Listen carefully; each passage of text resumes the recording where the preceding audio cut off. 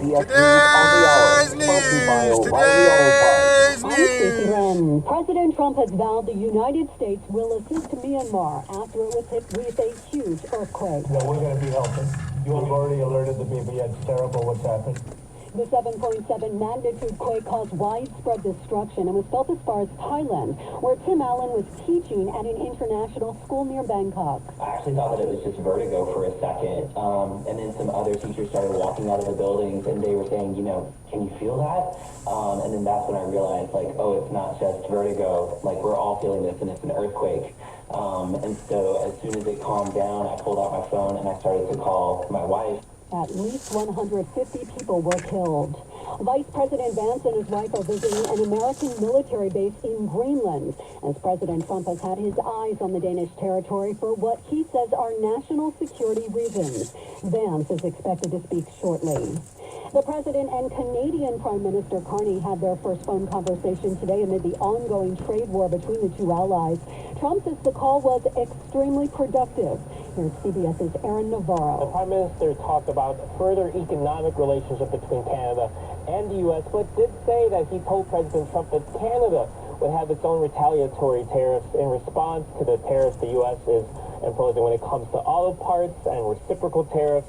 A new report by the University of Michigan found consumers are very concerned over those tariffs. Economist Joel Neroff. I think that most people now recognize that the tariffs that are being put on imported goods are eventually going to find their way into the stores and affect the prices that they pay. And those tariffs go into effect April 2nd. The Supreme Court will decide on the Alien Enemies Act case. The administration is trying to end that pause on deporting suspected Venezuelan gang members to El Salvador. Defense attorney Caroline Pelosi. The issue here will be whether or not the Supreme Court steps in and denies that temporary restraining order so that the administration can resume that policy. There's a burn ban in place in the Blue Ridge Mountains where at least a half dozen wildfires continue to burn.